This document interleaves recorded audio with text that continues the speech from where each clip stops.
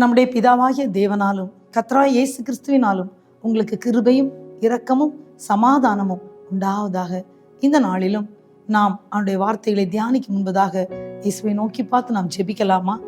உலகம் எல்லாம் மாயையா, உலகம் எல்லாம் மாயையா, உம்மன்பொன்றே போதுமையா, உம்மன்பொன்றே போதுமையா, ராஜா உம் பிரசன்னம் போதுமையா, இப்போதும் எனக்கு போதுமையா, ராஜா உம் பிரசன்னம் போதுமையா, இப்போதும் எனக்கு போதுமையா, பிரசன்னம் பிரசன்னம் தேவ பிரசன்னம் பிரசன்னம் பிரசன்னம் தேவ பிரசன்னம், ராஜா உங்க பிரசன்னம் போதுமையா, இப்போதும் எனக்கு போதுமையா, ராஜா உம் பிரசன்னம் போதுமையா, இப்போதும் எனக்கு போதுமையா. ஆம் ராஜாதி ராஜாவே, உம்மை ஸ்தோத்திரிக்கிறோம் இயேசுவே, உமக்கு நன்றி செலுத்துகிறோம். இந்த வேளையிலும் அப்பா உம்முடைய சமூகத்தில் வந்திருக்கிறோம் அப்பா. சத்தியத்தை அறிவீர்கள், சத்தியம் உங்களை விடுதலையாக்கும்னு சொன்னீங்களே. உங்கள் ஜீவனுள்ள வார்த்தைகளை தியானிக்கும்படியா நம்முடைய சமூகத்தில் வந்திருக்கிறோம் அப்பா. ஒரு விஷயங்களை தகுதிப்படுத்தும்படியா ஆண்டவரே, இதை கேட்க இருக்க நம்முடைய ஒவ்வொரு பிள்ளைகளுடைய குடும்பங்களிலும் அதிசயங்களை நீ செய்ய முடியா இயேசுவே, நம்முடைய அன்பு கரத்திலே கொடுத்து நாங்கள் ஜெபிக்கிறோம். இயேசப்பா, நீங்கள் மட்டும் மேம்பட்டா போதும் ஆண்டவரை. எங்களை தரை மட்டும் தாழ்த்துகிறோம். துதிகன மகிமை எல்லாம் அப்பா இயேசு ஒருவருக்கே வருவதாக. இயேசு லட்சமெல்லாம் ஜெபம் கேளும் நல்ல பிதாவே, ஆமேன் ஆமேன். பிரியமான தேவ பிள்ளைகளே, இந்த நாளிலும் கிருபை நேரம் நிகழ்ச்சிக்கு உங்களை வரவேற்பதிலே நான் மிக்க மகிழ்ச்சி அடைகிறேன். ஷான் மினிஸ்ட்ரி சார்பிலே கிருபை நேரம் நிகழ்ச்சியில் உங்களை சந்திப்பதில் மிக்க மிக்க மகிழ்ச்சி. ஒரு விசை கூட உங்கள் ஒவ்வொருவரையும் இயேசு கிறிஸ்துவின் இனிய நாமத்தினாலே வாழ்த்தி வரவேற்கிறேன். இந்த நாளிலும் நாம் தியானிக்கும்படியாக தெரிந்து கொண்ட வேத பகுதி அப்போஸ்தலர் 14வது அதிகாரம் 1ஆம் வசனம் முதல் 11ஆம் வசனம் முடிய உள்ள வசனங்களை நீங்கள் படித்து பார்த்தீங்கன்னா அங்கே ஒரு அற்புதம், அருமையான ஒரு மகனுக்கு நடந்ததை நாம் பார்க்கிறோம். பிரியமான தேவ பிள்ளைகளே, இந்த அப்போஸ்தலர் 13ஆம் அதிகாரத்தில் பவுலும் பர்னபாவும் எப்படி ஊழியம் செய்வதற்கு தங்களை அர்ப்பணித்து அவர்கள் கடந்து சென்றார்கள் சொல்லி நாம் பார்க்கிறோம். அவங்க கப்பல் ஏறி சாலமி பட்டணத்துக்கு வந்து சீப்ரு தீவுக்கு போய் அங்கே அவனுடைய வசனத்தை சொன்னதாக பார்க்குறோம். அவங்க போய் யூதருடைய ஜபாலயங்களில் அவனுடைய வார்த்தையை பேசினார்கள். பிரியமான தேவ பிள்ளைகளே, இப்போது அவர்கள் அங்கே போய் அவனுடைய ஊழியத்தை நிறைவேற்றி விட்டு பட்டணங்களில் மூப்பரை ஏற்படுத்தி விட்டு சபைகளில் அவனுடைய வார்த்தையை சொல்லிவிட்டு பார்த்தீங்கன்னா அப்போஸ்தலர் 14வது அதிகாரம் 52வது வசனத்தில் இருக்கு. சீஷர்கள் சந்தோஷத்தினாலும் பரிசுத்த ஆவியினாலும் நிரப்பப்பட்டார்கள். எப்போது போய் அவனுடைய வார்த்தைகளை சீஷர்களுக்கும் மூப்பர்களுக்கும் சபைக்கும் தனி மனிதருக்கும் பவுலும் பர்னபாவும் அறிவித்தார்களோ அந்த வேளையிலே சீஷர்கள் சந்தோஷத்தினாலும் பரிசுத்த ஆவியினால் நிரப்பப்பட்டார்கள் என்று பார்க்கிறோம். ஆம் பிரியமான தேவ பிள்ளைகளே, இந்த நேரத்திலும் நாம் தேவ வார்த்தையை தியானித்து கொண்டிருக்கிறோம். இந்த வார்த்தையை கேட்கும் போதே உங்களை பரிசுத்த ஆவியானவர் நிரப்புவார். இந்த வார்த்தையை கேட்கும் போதே உங்க வாழ்க்கையில் சந்தோஷம் வரும். பிரியமானவர்களே, உங்கள் துக்கம் சந்தோஷமாய் மாறும். ஒருவேளை நீங்க துக்கத்தோடு வந்து கேட்டுட்டு இருக்கீங்களா, ஏதோ ஒரு மனதுல பாரத்துல வந்து உட்கார்ந்து இருக்கீங்களா, உங்களை பார்த்துதான் ஆண்டவர் சொல்றார், உங்களை சந்தோஷப்படுத்துகிற ராஜாதி ராஜா இயேசு கிறிஸ்து இந்த நாளிலும் இந்த மகிமை டிவி மூலமாக சொல்லப்படுகின்ற இந்த வார்த்தையை நீங்கள் கேட்கும் போதே உங்க இருதயத்துக்குள்ள மகிழ்ச்சி சந்தோஷத்தை கொடுக்கிறார். நீங்க கேட்கும் போதே பரிசுத்த ஆவியானவர் உங்களை நிரப்பி கொண்டிருக்கின்றார். இந்த பவுலும் பர்னபாவும் பாருங்க, மிக கடினமான பாதைகளின் வழியாக கப்பல் ஏறி ஒரு நாட்டிலிருந்து இன்னொரு நாட்டுக்கு போய் சுவிசேஷம் சொல்வது மிக கடினம். ஆனால் அந்த சுவிசேஷம் சொல்வதிலோ எத்தனை எதிர்ப்புகள், எத்தனை போராட்டங்கள். பவுல் மிக கடினமான பாதைகளின் வழியாக தான் அந்த ஊழியத்தை செய்திருக்கிறார். பிரியமான தேவ பிள்ளைகளே, இந்த வசனத்தில் நீங்கள் பார்த்தீங்கன்னா இவங்க போய் யூதருடைய ஜெபாலயத்தில் பிரவேசித்து அவனுடைய வார்த்தையை பேசுறாங்க. யார் யாரெல்லாம் கேட்டார்களோ அவருடைய வாழ்க்கையிலே சந்தோஷம் வந்தது. எந்தெந்த திருச்சபையில் அவரை ஏற்றுக்கொண்டார்களோ அங்கே அவர்களுக்கு பரிசுத்தாவினுடைய பலன் கிடைத்தது என்று இந்த அப்போஸ்தலர் 14ஆம் அதிகாரத்துல நம்ம பார்க்கிறோம். ஆனா சில யூதர்கள் அவர்கள் சொன்னதை கேட்கவில்லை. ஏன்னா இயேசுவே மேசியா என்று நம்பாத அநேக யூதர்கள் என்ன செய்தாங்க? தேவனை அறியாத பிள்ளைகளை எழுப்பி விட்டு இந்த பவுலுக்கும் பர்னபாவுக்கும் விரோதமாக சண்டை ஏற்படுத்துகிற ஒரு கூட்டத்தை எழுப்பி விட்டார்கள். ஆம் தேவ பிள்ளைகளே, இந்த நாளிலும் நம்முடைய சமுதாயத்தில், நம்முடைய ஊரில், நம்முடைய சபையில், நம்முடைய வேலை செய்கிற இடங்களில், படிக்கிற இடங்களில் இப்படிப்பட்ட நிலைமைகள் வருவதை நாம் பார்க்கிறோம். ஆனால் ஒன்னே ஒன்று புரிஞ்சுக்கோங்க, தேவ வார்த்தையை கேட்கிற பிள்ளைகளை தேவன் ஒருபோதும் கைவிட மாட்டார். தேவ வார்த்தையினால் நீங்கள் அக்செப்ட் பண்ணி அதை அப்படியே ஏற்றுக்கொள்ளும் போது உங்கள் வாழ்க்கையில் சந்தோஷத்தை தருகிறது மட்டுமல்ல, பரிசுத்த ஆவியானவர் உங்களை நிரப்புகிறவராக இருக்கிறார். பிரியமான தேவ பிள்ளைகளே, இந்த வேளையிலும் பாருங்க, இவங்க வார்த்தையை சொல்லும் போதே அங்கே ஒரு பகை உண்டாக்குகிற ஒரு கூட்டமும் அவர்களுக்கு விரோதமாக எழும்பி கொண்டிருக்கிறது. இன்னைக்கு அநேகர் சொல்லுவாங்க, நான் ஆண்டவருடைய பிள்ளையா தான் இருக்கிறேன், நான் ஆண்டவருக்காக ஓடிட்டு இருக்கேன், நான் ஆண்டவருடைய வார்த்தையை தான் பேசிட்டு இருக்கேன், ஆனால் என் குடும்பத்தில் எல்லாரும் என்னை எதிர்க்கிறாங்க, எல்லாரும் எனக்கு விரோதமாக பேசுகிறாங்க, என்னுடைய வாழ்க்கையில் மகிழ்ச்சியே இல்லை, என்னுடைய வாழ்க்கையில் சமாதானமே இல்லைன்னு சொல்லி அநேகர் கண்ணீரோடு இருக்கிறத நம்ம பார்க்கலாம். பிரியமான தேவ பிள்ளைகளே, தேவ வசனம் சொல்லுகிறது, அந்த பகை வந்த உடனே ஏசு என்னை விட்டு போயிட்டார் நீங்கள் நினைக்க வேண்டாம். ஏசு எனக்கு உதவியே செய்யலை, ஏன் என்னுடைய வாழ்க்கையில் இப்படி ஒரு பிரச்சனை நீங்கள் நினைக்கவே வேண்டாம். ஏசு உங்களுக்குள்ளே இருக்கிறார், ஏசு உங்களோடயே இருக்கிறார். தேவ பிள்ளைகளே, இந்த வேளையிலும் பாருங்க, பொறுமையாக தேவ வார்த்தையில நாம் அக்செப்ட் பண்ணும்போது, தேவ வார்த்தையில் நாம் விசுவாசிக்கும் போது, தேவனுடைய வார்த்தையில் நாம் கேட்கும் போது, அந்த வார்த்தையை யார் கொண்டு வந்தாலும் சரி அவர்கள் மூலம் இயேசு உங்களோடு இடைப்படுவார். தேவ பிள்ளைகளே, இங்க என்னாச்சு? பகை வந்துச்சுன்னு சொல்லிட்டு அந்த பவுலும் பர்னபாவும் ஆண்டோடைய ஊழியத்தை செய்யாம விடல, தொடர்ந்து அவங்க செய்துட்டே இருந்தாங்க. பாருங்க, அங்க என்ன இருக்குன்னா 3ஆம் வசனம், அப்போஸ்தலர் 14வது அதிகாரம் 3ஆம் வசனத்தை என்ன சொல்லியிருக்கு பார்த்தீங்கன்னா, அவர்கள் அநேக நாள் சஞ்சரித்து கர்த்தரை முன்னிட்டு தைரியம் உள்ளவர்களாய் போதகம் பண்ணார்கள். யாரு பகை உண்டாக்குனாலும் பரவாயில்ல, யார் ஏற்றுக்கொள்ளாட்டாலும் பரவாயில்ல, அவங்க என்ன செய்தாங்க? அநேக நாள் அங்கே சஞ்சரித்தாங்க. தங்கி ஊழியம் செய்வது மிக கடினம். ஆனா பவுல் அடிகளார் தங்கி ஊழியம் செய்தார். அவரோடு கூட பர்னபாவும் இருந்தார் என்று சொல்லி வேதத்துல பார்க்கிறோம். எப்படின்னா தைரியம் உள்ளவர்களாய் அவனுடைய சுவிசேஷத்தை அறிவித்தார்கள். இன்றைக்கு நம்முடைய வாழ்க்கையில இயேசுவை பற்றி யாராவது ஒரு நபருக்காவது தைரியத்தோடு சொல்லி இருக்கிறோமா? சொன்னால் ரொம்ப நல்லது. யாருக்காவது கண்ணீரோடு இருக்கிறவர்களுக்காக போய் ஜெபித்திருக்கிறோமா? ஜெபித்தால் நல்லது. ஒருவேளை அப்படி நாம் யாருக்குமே அந்த சுவிசேஷத்தை அறிவிக்கவில்லை என்றால் இந்த நாளிலே ஒரு தீர்மானம் எடுப்போம். அந்த வார்த்தையை சொல்லும் போதே அதை சொல்லுகிறவருடைய வாழ்க்கையிலே முதலாவது மகிழ்ச்சி உண்டாகும். கேட்டுக்கொண்டிருக்கிறவருடைய வாழ்க்கையில் மகிழ்ச்சி உண்டாகும். அதை சொல்லும் போதே சொல்லுகிறவருடைய வாழ்க்கையிலே பரிசுத்தாவின் சந்தோஷம் கிடைக்கும். அதை கேட்கிற உள்ளங்களிலும் பரிசுத்தாவியான ஒரு சந்தோஷத்தினாலே நிரப்புவார். பிரியமான தேவ பிள்ளைகளே, அந்த வசனத்தை சொல்ல சொல்ல மகிழ்ச்சியா இருக்கும். இயேசு இயேசுன்னு சொல்லி இயேசுடைய அன்பை அறிவிக்க அறிவிக்க நம்முடைய பரிசுத்தாவின் சந்தோஷத்தை நாம் உணர்ந்து கொள்ள முடியும். இங்க பாத்தீங்கன்னா, இவர்கள் அநேக நாள் சஞ்சரித்து கர்த்தரை முன்னிட்டு தைரியம் உள்ளவர்களாய் போதகம் பண்ணினார்கள்.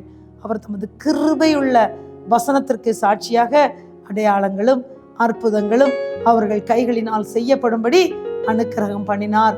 பாத்தீங்கன்னா, ஒரு இடத்துல எப்போ அற்புதங்களும் அடையாளங்களும் வருகிறதுனா, அங்க வருகிற நம்முடைய சுவிசேஷம் அது கிருபையுள்ளதாக இருக்கணும்.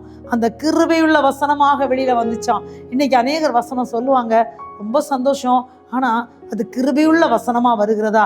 அதை மட்டும்தான் நம்ம செக் பண்ணணும். அந்த கிருபையுள்ள வசனத்தை நாம் போதித்து கொண்டிருக்கும் போதே, அந்த வசனத்தை சொல்லி கொண்டிருக்கும் போதே, பேதுரு பார்த்தீங்களா, வார்த்தைகளை சொல்லும் போது முதல் பிரசங்கத்துல 3000 பேர் மனம் திரும்பினாங்க, 2வதாக 5000 பேர் மனம் திரும்பினாங்க, 3வது பிரசங்கத்துல அங்க யாரெல்லாம் கூடி வந்தார்களோ அத்தனை பேர்களும் அப்படியே அக்செப்ட் பண்ணது மட்டும் இல்ல, அவர்கள் மேல பரிசுத்த ஆவியானவர் பொழிந்தருளினார் அப்படின்னு பார்க்குறோம். பார்த்தீங்கன்னா, அந்த வார்த்தைகளை எப்படி நம்ம சொல்லணும்னா, ஜனங்கள் விசுவாசிக்கத்தக்கதாக பிரசங்கிக்க பண்ணணும்னு சொல்லி முதல் வசனம் கூறுகிறது.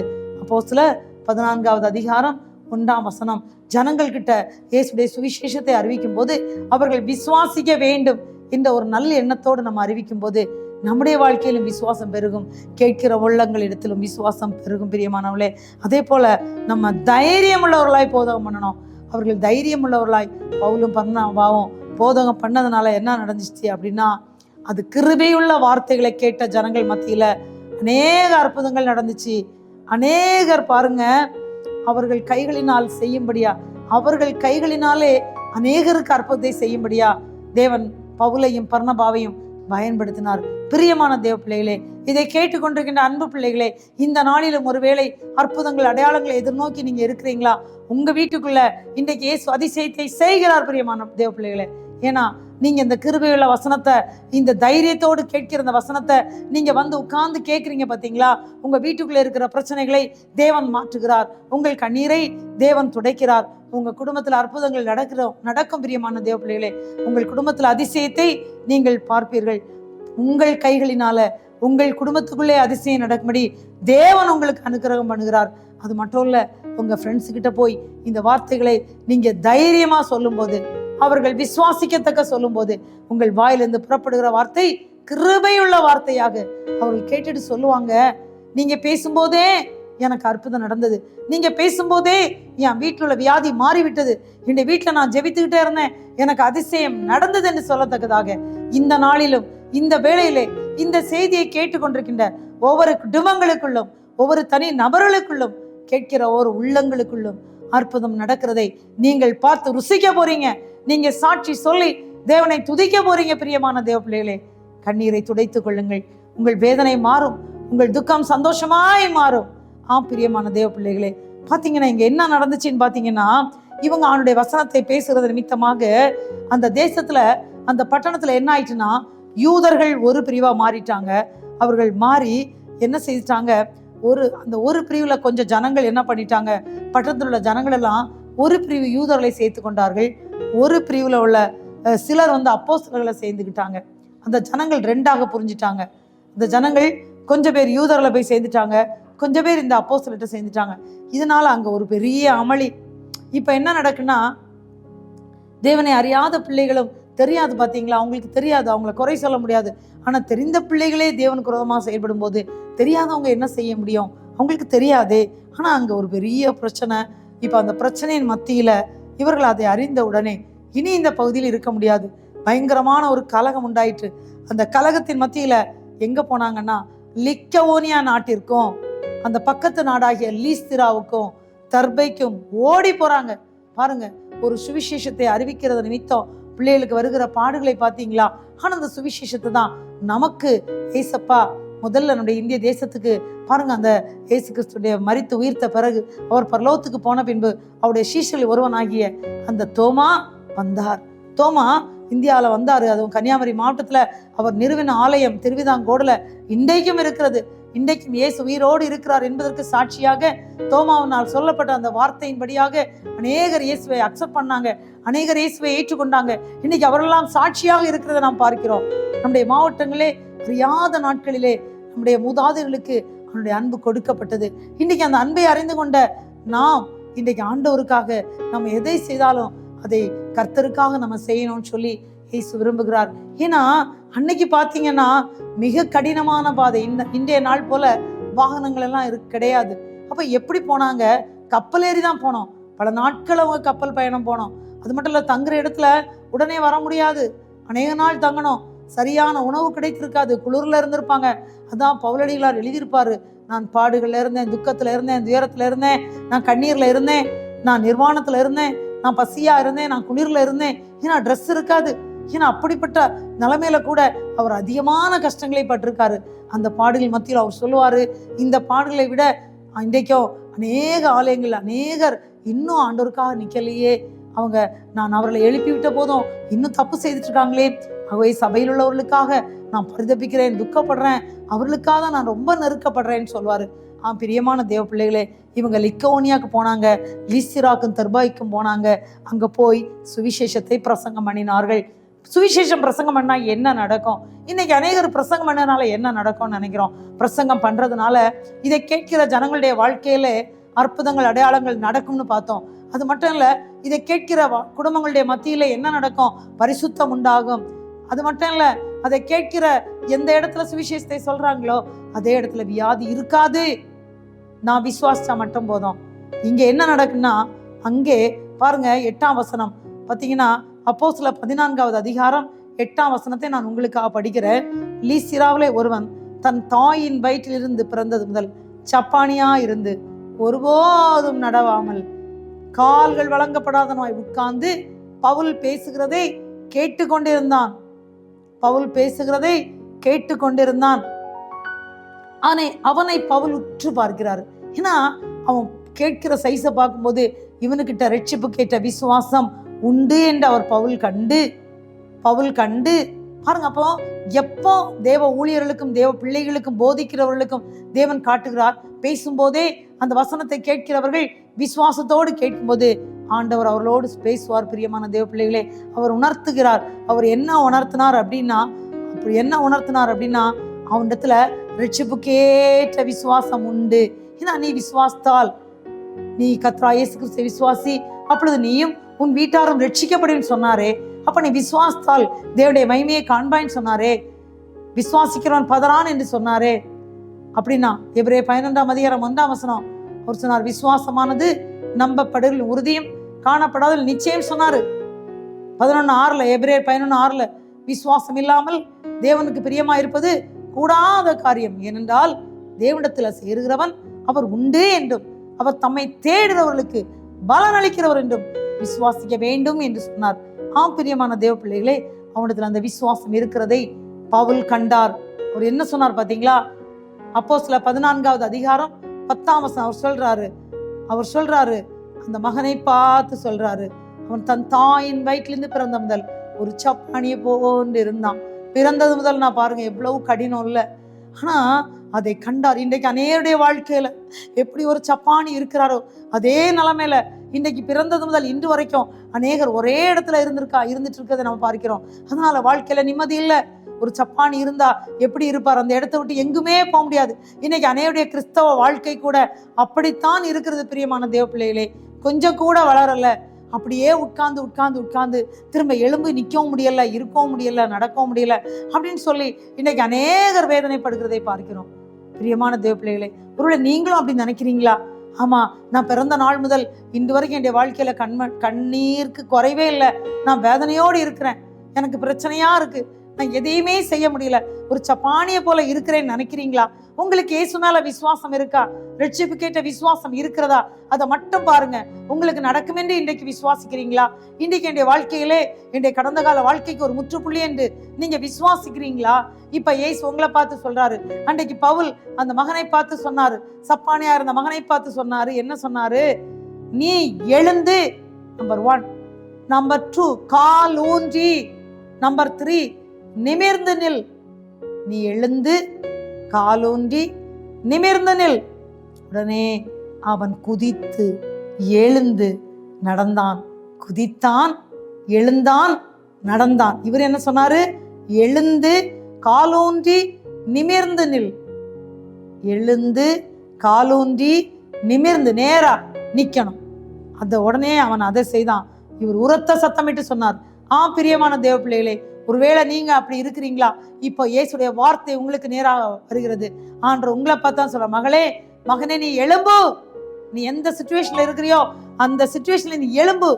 ஏசாயால பாக்குறோம், எழும்பு சீயோனே, உன் வல்லமையை தரித்துக்கொள், தூசியை உதறிவிட்டு எழுந்திரு ஆண்டவர் சொல்றாரு. தூசியை உதறிவிட்டு எழுந்திரு. ஏசாயா 52:1 எழும்பு எழும்பு சீயோனே, உன் வல்லமையை தரித்துக்கொள், உன் வல்லமை தரித்துக்கொள். ஏசாயா 52:2 தூசியை உதறிவிட்டு எழுந்திரு. எருசலேமே வீற்றிரு. சிறைப்பட்டு போன சீயோன் குமாரத்தியே, உன் கழுத்தில் உள்ள கட்டுகளை அவிழ்த்து விடு. நம்ம கழுத்துல இருக்க கட்டை நம்ம தான் அவுக்கணும். இவ்வளவு நாள் நம்ம தான் அப்படியே உட்கார்ந்துட்டோம், எழும்பவே இல்லை, நிக்கவே இல்லை, நிமிர்ந்தே நிக்கல.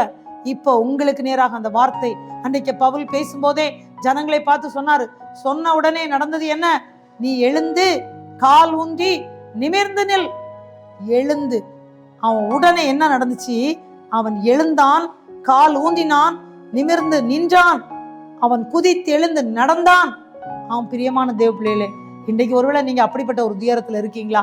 ஒருவேளை இன்றைக்கு அதே போல நிலைமையில பிள்ளைக்கு திருமணம் ஆகல, ஆனால் நாங்க ஒரு சப்பானி நிலைமையில இருக்கிறோம்னு சொல்றீங்களா?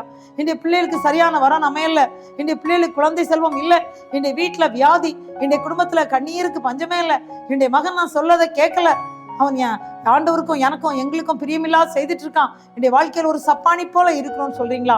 இந்த வேளையில உங்களை நோக்கி தேவனுடைய வார்த்தை வருகிறது. மகளே, நீ எழுந்து நில், தூசியை உதறிவிட்டு எழும்பு, கர்த்தர் தந்த வல்லமை தரித்துக்கொள், நீ எழும்பு சீயோனே அப்படின்றாரு. நீங்க எழும்புவீர்கள், நீங்க நிமிர்ந்து நிற்பீர்கள், நீங்க குதித்து எழுந்து நடக்க போறீங்க. இயேசு உங்களை அப்படியாக அவர் ஆசீர்வதித்து அவர் உங்களை உயர்த்த போகிறார். பிரியமான தேவ பிள்ளைகளை, இந்த வேளையிலும் தேவன் உங்களை நோக்கி பார்க்கிறார். நீங்க செய்ய வேண்டியது ஒன்றே ஒன்றுதான். ஏன்னா பவுல் செய்ததை பார்த்தோன்னே அங்க இருந்தவர்கள் எல்லாரும் என்ன சொன்னாங்க தெரியுமா? தேவர்கள் மறுரூபம் எடுத்து மனுஷ ரூபம் எடுத்து இங்க வந்துட்டாங்க அப்படின்னு சொல்லி லிக்கவோனியா பாஷையிலே பேசுறாங்க. அது மட்டுமா செய்தாங்க? எல்லாரும் இந்த பவுலுக்கும் பர்னபாவுக்கும் அப்படியே மாலை போட்டு வரவேற்கத்தக்கதாக அப்படி ஓடி வந்தாங்க. அவங்களுக்கு பூ மாலை எல்லாம் கொண்டு வந்தாங்க. உடனே பவுலும் பர்னபாவும் என்ன செய்தாங்க தெரியுமா? அதை கேட்ட உடனே தங்கள் வஸ்திரத்தை கிழித்து கொண்டு கூட்டத்துக்குள்ளே ஓடி, மனுஷரே ஏன் இப்படி செய்கிறீர்கள்? நாங்களும் உங்களை போல பாடுள்ள மனுஷன் தானே. பிரியமான தேவ பிள்ளைகளை, இந்த பூமியில் இருக்கிற மனுஷர்களை இன்னைக்கு அநேகர் சந்தோஷப்படுத்த விரும்புறாங்க, அநேகர் மனுஷங்களை சந்தோஷப்படுத்த விரும்புறாங்க. ஆனா ஒன்றே ஒன்று, கர்த்தர் இயேசு கிறிஸ்துவை நாம் சந்தோஷப்படுத்தும் போது நம்மையும் நம்ம குடும்பத்தையும் நம்ம பிள்ளைகளையும் நம்ம வீட்டாரையும் இயேசு கிறிஸ்து சந்தோஷப்படுத்துவதற்கு அவர் போதுமானவராக இருக்கிறார். இயேசு நம்மை ஆசீர்வதிப்பார். பிரியமான தேவ பிள்ளைகளே, அவங்க சொல்றாங்க, வானத்தையும் பூமியையும் சமுத்திரத்தை உண்டாக்கின தேவனிடத்திற்கு நீங்க திரும்பணும், நீங்க எங்களை தேவன் நினைக்காதீங்க, நாங்க மனுஷன் தானேன்னு சொல்லி பவுலும் பர்னபாவும் சொன்னாங்க. பிரியமான தேவ பிள்ளைகளை, அவர் சொல்றாரு, இயேசு நமக்கு செய்த ஒவ்வொரு நன்மையான காரியங்கள் என்ன தெரியுமா சொன்னாரு? இயேசு நமக்கு வானத்திலேருந்து மழையை தந்தாராம், நமக்கு செழிப்பான காலங்களை தந்தாரே, நம்மை ரட்சித்தாரே, நம்முடைய சந்தோஷத்தினால் நம்ம இதயத்தை நிரப்பினாரே அப்படின்னு சொல்லி அந்த அப்போஸ்தலர் 14வது அதிகாரம் 17ஆம் வசனத்துல மிக தெளிவா ஜனங்களுக்கு சொல்லி கொடுக்குறாரு. ஆனாலும் ஜனங்கள் என்ன செய்தாங்க? அவர்களுக்கு விரோதமாக எழும்பினாங்க. லிக்கவோனியாவிலிருந்து சில யூதர்கள் வந்து ஜனங்களுக்கு போதனை செய்து பவுலை கல்லறிய வச்சாங்க. அவனை செத்து போனான்னு நினைச்சாங்க. ஆனா ஒண்ணு தெரியுமா? அவனை சுத்தி சீஷர்கள் நின்று ஜெபிக்கிறாங்க. அவனை அடிச்சு போட்டுட்டாங்க. சீஷர்கள் நின்று ஜெபிக்கிறாங்க. 20வது வசனம், அவன் எழுந்து பட்டணத்திற்குள் பிரவேசித்தான். எல்லாரும் ஆச்சரியப்படுற அளவுல மறுநாள்ல பர்னபாவும் பவுலும் மறுபடியும் பாருங்க தர்பைக்கு புறப்பட்டு மறுநாளில் பர்னபாவுடனே கூட தர்பைக்கு புறப்பட்டு போறாங்க. நீங்க நம்ம மேப்ல பாத்தீங்கன்னா தெரியும், அந்த மேப்ல பவுல் பிரயாணம் பண்ண தேசங்கள் இருக்கும். சுத்தி பாத்தீங்கன்னா மிக கடினமான பாதைகள். அவங்க அந்த கப்பல் பயணத்துல தான் அதிகமா போயிருப்பாங்க. எவ்வளவு கஷ்டம் தெரியுமா? ஆனா இயேசுக்கு அன்பை சொல்றதுக்கு அவங்களுக்கு அவ்வளவு ஆசை.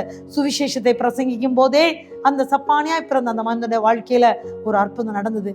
பிரியமான தேவ பிள்ளைகளே, இந்த செய்தியை கேட்டுக்கொண்டிருக்கின்ற இந்த வேளையிலே, இந்த வார்த்தை உங்களுக்குள் துணிக்கின்ற இந்த நேரத்துல தேவன் உங்கள் ஒவ்வொரு பேரையும் உங்களுக்குள்ள இருக்கிற எல்லா சப்பானி தன்மை போன்ற வேதனைகள், கஷ்டங்கள், துன்பங்கள் ஒருவேளை பல நாட்களாக பல ஆண்டுகளாக கூட நீங்கள் அனுபவித்துக் கொண்டிருக்கலாம். நம்முடைய கர்த்தராகிய இயேசு கிறிஸ்து அவள் எல்லாவற்றையும் இப்பொழுது மாற்றுகிறார். நீங்க எழும்ப போறீங்க, எழும்பி நிக்க போறீங்க, நிமிர்ந்து நிக்க போறீங்க, செயல்பட போறீங்க. உங்களை பார்த்து எல்லாரும் ஆச்சரியப்பட போறாங்க. அவங்க எல்லாரும் இதை நடந்ததை பார்த்தோன்னே என்ன சொன்னாங்க? பவுலையும் பர்னபாவையும் பார்த்து தேவர்கள் மனுஷ ரூபம் எடுத்து வந்திருக்காங்கன்னு சொன்னாங்க. பிரியமான தேவ பிள்ளைகளே, உங்கள் வீட்டுக்குள் இந்த அதிசய தேவன் இப்போது செய்கிறார். உங்கள் குடும்பத்துக்குள் இந்த அதிசயத்தை செய்கிறார். ஆனா ஒன்றே ஒன்று, நம்ம மேன்மை பாராட்டுறதெல்லாம் கர்த்தராகிய இயேசுவை பற்றி மட்டும்தான், வேற மனுஷர்களை அல்ல. யாரும் ஒன்றும் செய்ய முடியாது, இயேசு மட்டும்தான் செய்ய முடியும். அற்புதங்களை செய்கிறவர் அவர்தான், அடையாளங்களை செய்கிறவர் அவர்தான், அதிசயங்களை செய்கிறவர் அவர்தான். நீங்க விசுவாசிப்பீங்களா? இந்த வேளையிலும் நம்ம ஜெபிக்க போறோம். உங்களில் சில பேர் நீங்க வேதனையோடு இருக்கலாம். உங்களில் சில பேர் நீங்க நினைக்கலாம், எங்க வாழ்க்கையில இந்த சப்பானி தன்மை என்று மாறும், என்று எங்களுடைய வேதனை மாறும், இந்த நாளிலாவது எனக்கு ஒரு ஆறுதல் கிடைக்காதா, இந்த நாளிலாவது எனக்கு ஒரு அதிசயம் நடக்காதா அப்படி நீங்க நினைக்கிறீங்களா?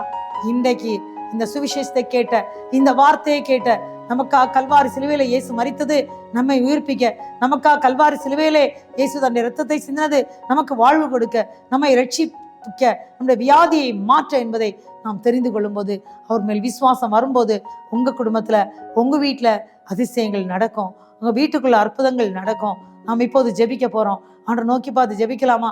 இயேசுவே, என்னுடைய வாழ்க்கையில் அதிசயத்தை செய்யுங்கப்பா. ஆண்டவரே, என்னை உங்க கருத்துல நான் கொடுக்குறேன்ப்பா. எப்படி அந்த பவுலையும் பர்னபாவையும் கொண்டு ஆண்டவரே ஜனங்கள் விசுவாசிக்கத்தக்கதாக அதிசய அற்புதங்களை செய்தீங்க ஆண்டவரே. இந்த நாளிலும் இந்த செய்தியை கேட்ட எங்கள் குடும்பத்துல, எங்கள் பிள்ளைகளுடைய வாழ்க்கையில, எங்க வீட்டுல, எனக்கு வாழ்க்கையில அற்புதம் நடக்கட்டும்னு சொல்லி உங்களே நீங்க அர்ப்பணிப்பீங்களா? தேவனுடைய கருத்துல நீங்க கொடுப்பீங்களா? உங்க கருத்துல உங்களை கொடுங்க. நம்ம இப்ப ஜெபிக்க போறோம். எல்லாரும் ஜெபம் பண்ணுங்க. யார் யாரெல்லாம் இந்த டிவி பக்கத்துல உட்கார்ந்து கண்ணீரோடு வேதனையோடு இருக்கிறீங்களோ, நீங்கள் ஜெபிப்பீங்களா? இயேசுவே, என்னுடைய வாழ்க்கையில இறங்கும் என்று சொல்லி ஜெபிப்பீங்களா? நம்ம எல்லாரும் இயேசுவை நோக்கி பார்த்து நம்ம ஜெபிக்க போறோம். அன்புள்ள ஏசப்பா, எங்களுக்கு இறங்கும் என்று கேட்பீங்களா? எல்லாரும் இயேசுவை நோக்கி பார்த்து கேளுங்க. ஏன்னா எத்தனை பேர் கொடுக்கப்படாத இந்த நல்ல ஸ்லாக்கியத்தை இந்த நாளே தந்திருக்காரு. அருமையான தேவ வார்த்தை நமக்கு நேராக வந்துச்சு.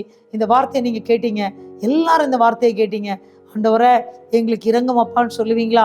சுவிசேஷத்தினாலே பார்த்தீங்களா, சப்பானியா இருந்த ஒரு மனிதனுக்கு எப்படியாக அவன் நடக்கிறதுக்கு வழி திறந்துச்சோ, அதே போல உங்கள் குடும்பத்துல நீங்க யாரெல்லாம் அதே போன்ற ஒரு நிலைமையில இருக்கிறீங்களோ, உங்க குடும்பத்துல ஏசு அதிசயத்தை செய்கிறார். நம்ம ஜெபிக்கலாமா? எல்லாரும் இயேசுவை நோக்கி பார்த்து ஜெபிக்க போறோம். இயேசுவே, எங்களுக்கு இறங்கும் என்று ஜெபிக்க போறோம். அன்புள்ள இயேசு சுவாமி, இந்த அருமையான வேலைக்காக உங்களுக்கு நன்றி செலுத்துகிறோம். அன்பான பிள்ளைங்க உடைய வார்த்தையை கேட்டாங்க ஆண்டவரே, உங்க ஜீவ மன்னாவை ருசித்தாங்க ஆண்டவரே. அப்பா, அவங்க வார்த்தை பொழிந்த உடனே அந்த வார்த்தையை கேட்டுக்கொண்டிருந்த ஆண்டவர் சப்பானியா இருந்த மனுஷனுடைய வாழ்க்கையில ஆண்டவர் அவனுக்கு இடத்துல ரட்சிப்பு கேட்ட விசுவாசம் உண்டு என்று சொல்லி பவுல் அவரை பார்த்து எழுந்து நின்று நடக்க சொன்னாரே. அவர் எழுந்து நிமிர்ந்து நின்ற போது குதித்து எழுந்து நடந்தார் என்று நாங்கள் பார்க்கிறோமே ஆண்டவரே. அதே போல ஆண்டவரே, யார் யாருடைய வாழ்க்கையில ஆண்டவரே இன்றைக்கு கண்ணீரோடு கவலையோடு பிள்ளைகள் இந்த டிவி பக்கத்துல உட்கார்ந்து ஜெபிக்கிறாங்களோ, ஒவ்வொரு பிள்ளைகளுடைய வாழ்க்கையிலும் அப்படிப்பட்ட நிலைமையிலிருந்து நீ விடுதலை தரும்படியாய், கண்ணீரை மாற்றும்படியாய், வேதனைகளை மாற்றும்படியாய், துன்பங்களை மாற்றும்படியாய் இயேசுவே நீர் அதிசயத்தை செய்து இயேசுடைய வல்லமை வெளிப்படுத்தும்படியாய் ஆண்டவர் ரட்சிப்பு கேட்ட விசுவாசம் பிள்ளைகளிடத்துல இருக்கும்போது அவர்களும் எழுந்து நிமிர்ந்து நிற்க, அவர்கள் மூலம் அநேகர் ஆண்டவரை உண்மை அறிந்து கொள்ள எல்லாரும் ஆச்சரியப்படத்தக்கதாக உடைய பிள்ளைகளுடைய வாழ்க்கையில் அற்புதத்தை செய்து உடைய வல்ல வெளிப்படுத்தும்படியா இயேசுடைய அன்பு கரத்திலே கொடுத்து நாங்கள் ஜெபிக்கிறோம். ஈசப்பா, நீங்க மட்டும் மயப்பட்டா போதும் ஆண்டவரை. எங்களை தரை மட்டும் நாங்கள் தாழ்த்துகிறோம் அப்பா. இந்த பாக்கியத்தை உடைய பிள்ளைகள் ஒவ்வொரு பேருக்கும் தந்ததற்காக நன்றி. இயேசுவே, நீர் ஒவ்வொரு குடும்பங்களுக்குள்ளும் அற்புத வல்லமைகளையும் அடையாளங்களையும் அனுப்பி ஒவ்வொரு குடும்பங்களுக்குள்ளும் ஆண்டவரே அதிசயங்களை செய்ததற்காக நன்றி. அநேகர் சாட்சி சொல்லி உம்மை துதிக்க போறதற்காக நன்றி. எங்களை தாழ்த்தி உங்களுடைய அன்பு கரத்திலே கொடுக்கிறோம். நீங்க மட்டும் மயப்பட்டா போதும் ஆண்டவரை. துதிக்கான மகிமை எல்லாம் உங்களுக்கு செலுத்துகிறோம். இயேசு ரட்சகரின் ஜெபத்தை ஏற்றுக்கொள்ளும். அன்பு நிறைந்த பரமபிதாவே, ஆமேன் ஆமேன். என் ஆத்மாவே கர்த்தரை ஸ்தோத்திரி, என் முழுலமே அவருடைய பரிசுத்த நாமத்தை ஸ்தோத்திரி. என் ஆத்மாவே கர்த்தரை ஸ்தோத்திரி, கர்த்தர் செய்த சகல உபகாரங்களை மறவாதே. ஆமேன் ஆமேன். நம்முடைய கர்த்தராகிய இயேசு கிறிஸ்துவின் கிருபையும் பிதாவாகிய தேவனுடைய அன்பும் பரிசுத்தாவினுடைய ஐக்கியம் உறவும் இன்றும் என்றும் சதா காலங்களிலும் நாம் அனைவரோடும் தங்கி இருப்பதாக. ஆமேன் ஆமேன். காட் பிளஸ் யூமா. தேவன் தாமே உங்கள் ஒவ்வொரு பேரையும் அளவில்லாமல் ஆசீர்வதிப்பாராக. ஆமேன் ஆமேன். God bless you.